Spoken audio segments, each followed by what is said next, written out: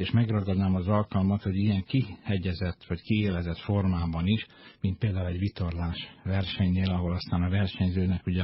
a rajt duda megszólalásától a futam lelövéséig akár egész nap a vízen kell lenni, ahol aztán bőségesen van napfény, és hát most zajlik Balatonfüredi központtal az F-18-as katamarán világbajnokság, ami eleve ugye Magyarországnak egy nagyon komoly dolog, hiszen ebben az évben 2 világbajnokság lesz összesen Magyarországon, az evezős világbajnokság Szegeden, későbbiekben is most zajlik Füreden a katamarán világbajnokság, ahol hát a versenyzők ugyancsak ki vannak téve a napsugárzásainak, és azért itt elmondanám, hogy az első nap után, tegnap volt az első versenynap, 4 futamot sikerült lebonyolítani, és ugyan én megpróbáltam, de kimondhatatlan nevük van, mert két holland páros van az első és a második helyen, és először megpróbáltam betűzve, de azt mondtam, hogy ebbe beletörik a nyelvem, vagy ehhez dupla műsoridő kéne. Úgyhogy ennyi van, hogy 4 futam után az első nap után 2 holland páros van az élen, a harmadik helyen pedig egy belga páros van.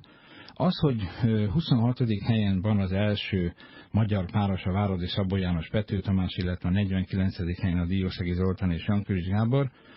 senki ne legyintsen, hogy hát ugyan már, hát persze, már megint, pedig nem erről van szó, hanem itt a világ legjobb katamaránosai vannak, olyan versenyzők, akik évente 200-250 napot töltenek vízen. Na most ezt Magyarországon képtelenség kivitelezni, úgyhogy ez is egy nagyon szép eredmény, hogy ilyen jól szerepelnek, de hát még van hátra, még ez pénteken zárul a világbajnokság, addig még van jó néhány futam hátra. Bízunk benne, hogy még jobban fognak szerepelni, és hogyha szabad így a rádió hullámain keresztül jó szelet és jó versenyzést kívánni, mind a 101 hajónak, mert egyébként 101 hajó versenyez. Aki a Balatonon jár, érdemes megnézni, mert ott Füred-Tihany és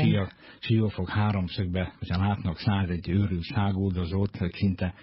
több van a víz fölött a hajóból, mint a vízbe, akkor ez a katamarán világbajnokság, egy fantasztikus látvány. Szóval őket is meg lehet óvni, például a 40-es faktorúval, a paradicsom alapú napozóval, hiszen túl azon, hogy teljesíti az unió által is szabályozott fényvédelmi követelményeket,